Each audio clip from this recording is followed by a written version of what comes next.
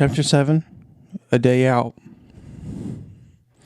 Samuel was the first to wake, a shaft of light crossing over his eyes, waking him quickly and resolutely. He had slept well and was out from his bedding within moments of waking. He got up from his bed, walked across the room, and shook Barkley awake. "Wake up, Barkley. It's morning. Time to get up," said Samuel, shoving out the hidden mass of badger under the blankets on the bed. Barkley stirred deeply in the tumult of fabric and popped his head out from the lower corner of the bed. "What is it? Morning already?" asked Barkley groggily. "Yes," responded Samuel, a smirk raising one side of his face in a grin. Barkley really did look funny. "Best get up, Barky. Time to get the day started. I'll go get the girls up." As Barkley did his best to untangle himself from his bedding, which was slow going as he was quite bunched up, Samuel walked out from the room and across the hall and knocked on the door. "Ladies, it's time to get up. Sun's out," said Samuel, rapping hard on the door with the back of his paw. Averly responded nearly instantly. "Already up, Samuel. Getting Rose up as we speak." I'm up," said Rose sleepily. "Legs over the side of the bed, little missy," said Averly. Rose could be heard grumbling as her feet hit the hardwood floor. "Thank you," said Averly quietly. "We'll be out in just a moment." "Sounds good," said Samuel. Samuel left the two of them and walked back to his room to check on Barklin's progress. He found Barklin standing near the edge of his bed. He had managed to untangle himself well enough and was in the process of making it, laying the blanket straight against the bed frame so the edge of the blanket laid perfectly still against the pillows that he had wrestled against only minutes ago. "You almost ready?" asked Samuel. "Yep," said Barklin. "Just got to finish making it and then we can head down." Samuel looked over at his own, noticed how disheveled it looked, and went over and made his own bed. Once they were both happy with how they looked, they went out back into the hallway and found Rose and Averly waiting for them. Rose still looked half asleep on her feet, but Averly was wide-eyed and looking like she was ready for the day ahead. "Shall we head down and check on Jeffries then?" asked Averly. "Might as well," said Rose. They went downstairs and found Jeffries down in the hallway waiting for them. "Morning, all. Hope you found the bedding to your liking," said Jeffries. "It was wonderful," said Samuel. "So soft and plush," said Rose, still sleepily. "Glad to hear it," said Jeffries, stepping over to the side table in the hallway, where a stack of white linen sack lunches had been tied up and stacked. "I took the liberty of preparing you all some lunch last night. Just some sandwiches for your trip out today, nothing too fancy. The carriage is waiting for you outside if you're ready." They thanked Jeffries for the lunches, and each took a packed lunch with them to the door and stepped out onto the street. The morning air was still chilly, and the early mist hadn't lifted from the pavement yet. Out in the middle of the street waiting was a large bright green carriage, and standing in front of it and resting against its fender was a small gray mouse wearing a green vest and matching green hat. "Hello, folks. My name is Tommy. I'll be your driver today," said the mouse. "Nice to meet you," said Samuel, shaking Tommy's paw. Tommy walked the group to the back of the carriage and opened the trunk of it with a small silver key he pulled from his pocket, and each of them handed him their packed lunch, which he placed neatly in the compartment.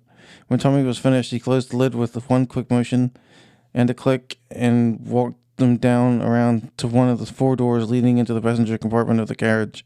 "If you'll please step in here," said Tommy, stepping up to the running board and opening the door, swinging along with the door as he opened it. Tommy jumped down as it finished opening, landing softly on the pavement in front of the door, motioned to the inside of the carriage with one paw.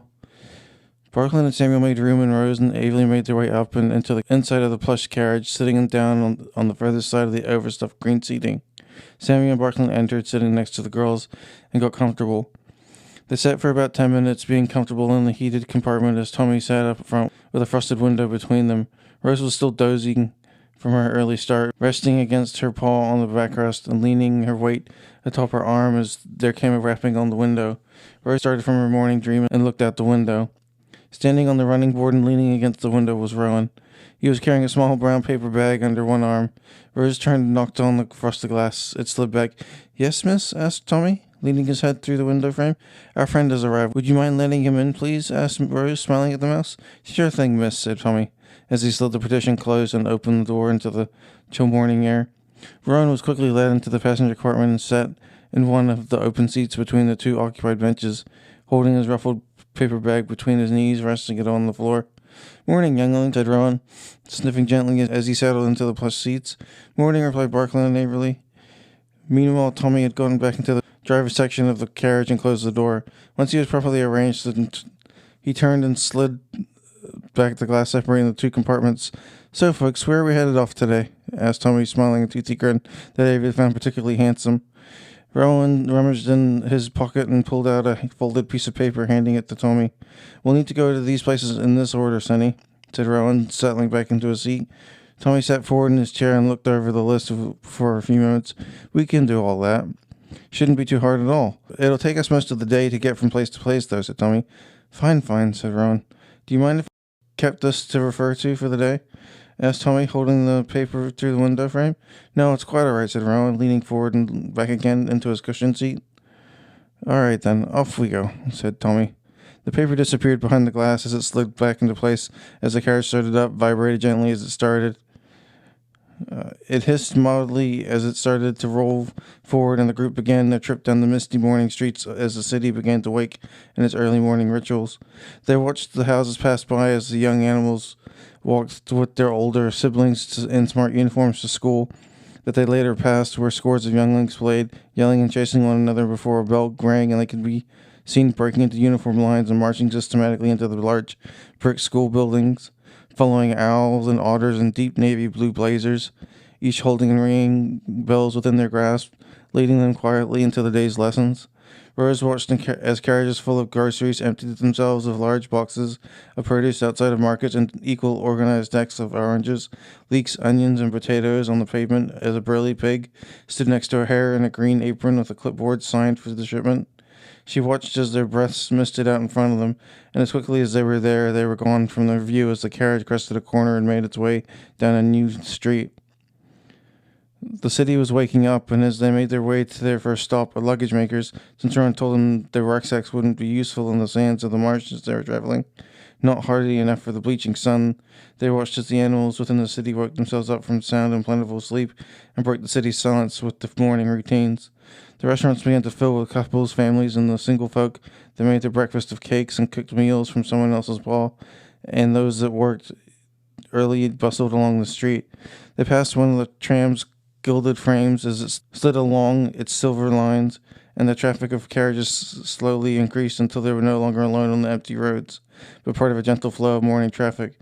The mist that rained over the stone roads lifted only to be replaced by footfalls and the sound of busy animals that made them. They sat comfortably watching as Tommy guided the carriage expertly in and out of traffic, stopping as needed when the lights or pedestrians called for it. After a while, Rowan began rummaging in his brown bag and pulled out a small wrapped paper package. Rowan leaned over and handed the package to Averly. "This is for you, Averly," said Rowan, leaning back in his chair and placing his paws on his lap. Averly took the package and held it between her paws. "Thank you, Rowan. What is it?" asked Averly, not expecting to receive anything. She shook the package gently. Whatever was inside slid from side to side, as though there was some, but not a lot of space between it and the side of the interior of the package wall. "Open it now if you like, or it can wait. It's up to you," said Rowan. Averly thought about it for a bit and then began to open the package. The paper wrapping dripped easily. It seemed to be rather fragile, as though it was older than it looked, as if it had been sitting in a cabinet for years before being used. A black corner peeked out from the exposed wrapping. Averly removed the rest of the packaging and crumpled it up next to her and placed the contents of the package on her lap. A small satchel of indeterminate material with a hinge on one end and buttoned on the other laid on her lap. It was of a shiny black material and that felt cool to the touch and looked like nothing Averly had ever seen before. Averly picked up the satchel with one paw, flipping it over. Whatever was inside the satchel slid against the roof of it with a mild thud. She placed it back down on her knees and unclasped the button and opened the container. Inside the satchel were a sack of pieces of paper. Averly pulled one out, rubbing it between her fingertips. Felt odd between her fingers. "What is this?" asked Averly to Rowan. Rowan leaned forward and took a paper from her and held it up to the window, showing that it was semi-translucent. The light that did shine through the paper had a multicolored sheen to it that ran the length of the paper and changed as he gently flexed it against the length of it between his paw. "That is very special paper," said Rowan, handing the piece of paper back to Averly. "If you notice, it's coated in a special ink." Averly looked at the paper and nodded. "I see that, Rowan. What's the point of it, though?" asked Averly. Rowan smiled a wry smile. "Usually to cast a spell you need to make a rune out of ink or dirt or some sort of pigment to get it to cast properly. But the thing about this ink is that you can make it by removing the ink from the paper. So what you can do with these pages is that you can pre-make the majority of a spell and finish it with a single stroke of your nail to complete the spell when the time's needed, and it'll activate the spell. They're also incredibly useful because the ink is completely waterproof and the paper is quite damage resistant. I thought you would find them quite useful in your travels, said Rowan, smiling at Avery. The magnitude of the gift crossed Avery's mind, and she dropped the satchel next to her and stood up. Avery leapt across the compartment and hugged Rowan, who was not at all ready for such an open display of affection. Oh, thank you, Rowan, cried Avery. What an amazing gift. That's quite all right, girl, said Rowan as Avery shook him up and down with both arms. You may put me down now. Avery released Rowan, and he dropped back down to the seat below him. Rowan landed deftly on the seat and sat back down as though nothing had happened. They're not just a gift. I'll be teaching you how to use them, too. How to get the most out of them, said Rowan. In fact, said Rowan, looking around the compartment, I'll be training all of you as we travel. You'll all be in need of basic training, and it starts as soon as we leave. You all have strengths and weaknesses to work on, and it's better to work on them together than alone, or you'll not grow stronger. Really? Asked Barklin. Sure thing, said Rowan. We don't give you weapons not to use them, Barklin. Barklin nodded and adjusted himself into his seat. Avery sat back down in her seat and looked at her new satchel and studied the stack of papers that sat inside it. They seemed to be about as old as the wrapping paper itself, tinged yellow naturally around the edges. Rowan asked Avery. Yes, replied Rowan, looking at Avery. Are these pages quite old? The paper is aged, asked Avery. They could be. The maker made thousands of sets of these, stocking orders and releasing only a few sets a year to a select few users. It's quite a rare item, if I'm being honest. That particular one is rather old, but you'll be able to get newer sets as time goes on. There's a trick to it, said Rowan, and he winked one eye at her. Avery smiled at Rowan and squeezed the satchel tightly between her paws. Avery closed the satchel and buttoned it with a satisfying click and looped it around her belt so that it rested on at her waist, sitting back happily. The group rode along quietly until the carriage pulled into a narrow alleyway and stopped outside a small blue-painted storefront, its windows adorned with large suitcases and hand luggage, suitable for wealthy travelers. Tommy got out of the front and came around to the first of the driver's side passenger doors, stepped up on the door, swinging it open, and jumped down. We're at the first stop, folks. Pricklewool Luggage Works. Please watch your step, said Tommy, motioning towards the door of the shop. They exited the carriage and stepped out into the street. Rowan walked them to the front of the store and rang the bell, pulling on a long thin rope that hung nearly to the pavement, the bell tinkling overhead. One moment, came a voice from inside. The door remained locked momentarily, then a shadow passed in front of the paned glass window, and the lock could be heard moving in place, and the door swung open. You're awfully prompt, said a cheery voice from behind the door as it opened fully. Standing there behind the door stood a white female sheep, her deep brown eyes staring out from behind her smiling black face. We heard you were coming and have had your bags waiting for you in the back room, said another voice. A small head popped out from the woolly hair atop the sheep's head. A hedgehog's bespectacled face stared out at the group. Please come in. We have tea and biscuits waiting for you while you're getting fitted, said the hedgehog. Lana will be happy to show you the way, if you'll be so kind as to follow her back here. The sheep smiled at the group and motioned for them to come inside. They walked in, and she closed the door behind them. If you'll follow me, your things are right this way, said Lana. Lana walked by the group and led them through the store, past the displays of finely made duffel bags, wheeled bags, and totes, and they came through a red velvet curtain into a large storage room adorned on 3 walls with mirrors. Curtains had been drawn across the mirrors, and a stack of hardy brown rucksacks had been placed against one of them. They were sized equally for those intended to carry them, and there were one for each of the intending to travel. They were made of thick waxed fabric that shone underneath the lights in the room, and smelled of an exotic oil Rose couldn't put a name to. Lana walked them over to a table surrounded by chairs and asked them to sit. Esther, if you'll serve our guests, I'll get them started. Miss Mouse, if you'll follow me, we'll get you fitted first, said Lana, placing one palm down on the table. Sure thing, said Esther, jumping down from Lana's hair and running down her arm and onto the tabletop. Esther walked over to a coffee press that sat steaming on the table next to a wooden tray that held jam-centered biscuits. Would any of you like a cup of coffee or a biscuit? Asked Esther amicably.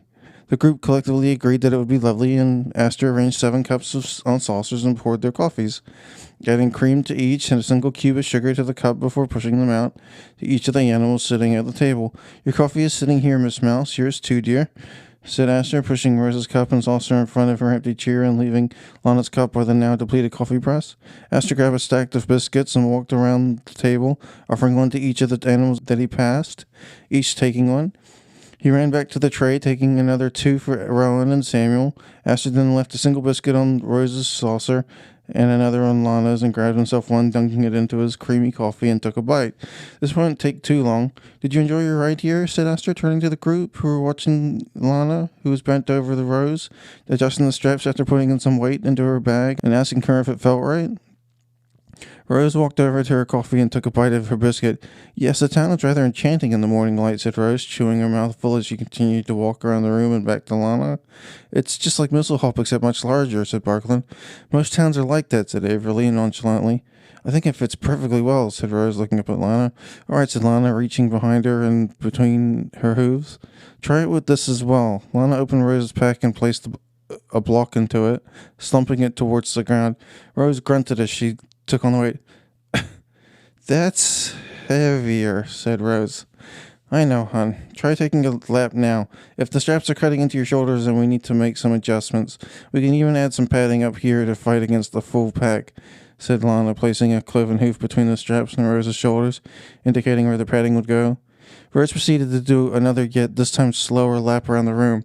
It cuts in a bit, but it wasn't unmanageable, said Rose. If it's cutting in at all, then after a few hours it'll be bruising you, honey, said Lana. We'll add some wool padding up here and change the straps to the wider versions for all of you to spread the weight around. Should make it easier for all of you to while you're traveling.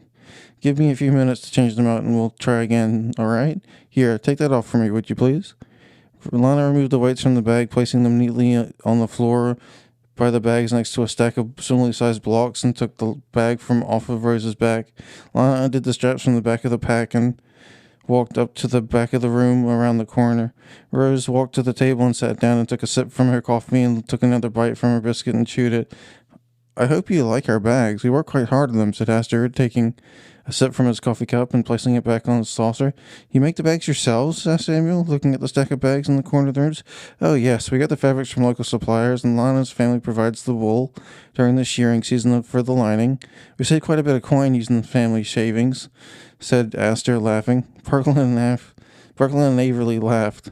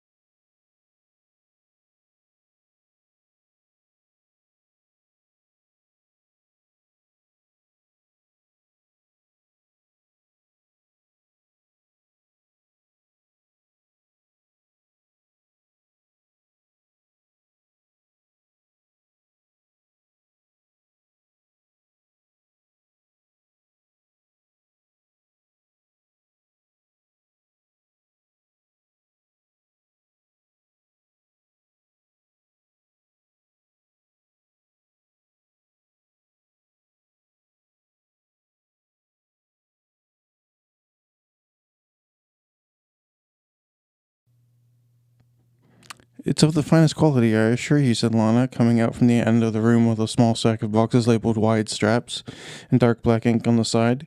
We spent generations selling our wools to many a fine crafts animal, and it was in our best interest to bring the family in on the business, wasn't it, hun? Said Lana, eyeing Aster with one large brown eye and smiling. Oh yes, it's done us nothing but good, and it really is wonderful quality, soft as silk it is. Warm too, said Aster, taking a nibble from his biscuit. Hi everybody. So I've made a new store called AnimalQuest.shop, and I made my first shirt, Barkland Reading, at the Amberstones house, and I would ask that you go and buy those there. I'll make a few bucks each time you buy something from there, and I have men, women's, baby clothing, and buttons, as well as other accessories, including dog bandanas, which I think are pretty cool, and I'll be adding more merch every week or two for that store as the stories progress and the sequels are written and read. I'll do the same for Divergent Mind. The link again is AnimalQuest.shop. The link for Divergent Mind will be divergentmind.shop as well. Thank you so much. Jay.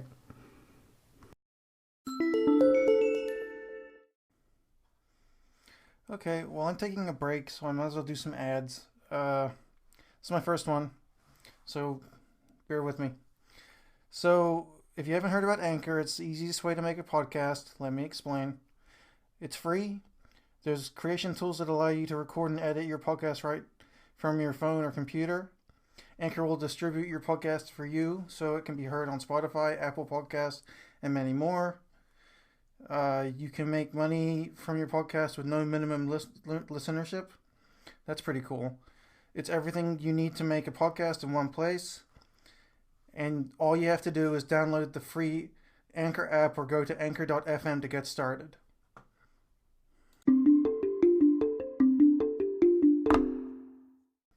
Please visit anchor.fm/divergentmind to leave a message so that I may get back to you. Thank you. Have a nice day. So I just signed up for Anchor's funding platform for the podcasters. It seems like a better deal than Patreon at the moment. So I would ask that you click the button that says donate and maybe donate $1 or $5 or $10 a month to us so that we can keep going. And I can produce almost daily or daily podcasts or more in the way that I've been going. And I'll produce book after book after book after book, and then I'll read through them. And I'll keep doing that until I can't see an end to it. It's so much fun. It really is. So please go to anchor.fm/divergentmind and click the donate button, and that'll help me out a whole bunch. Thank you so much, Jay.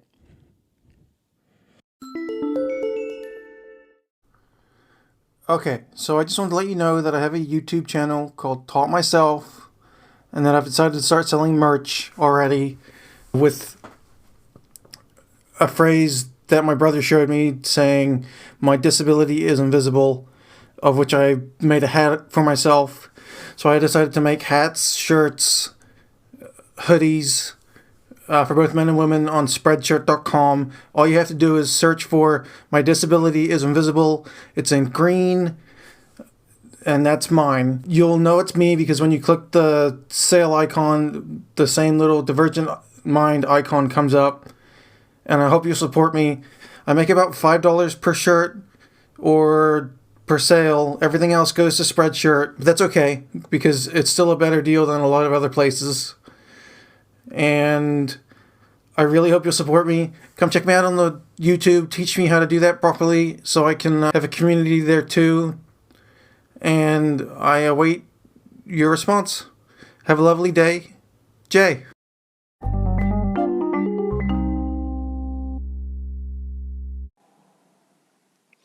Hey people, take a listen to the Divergent Mind podcast.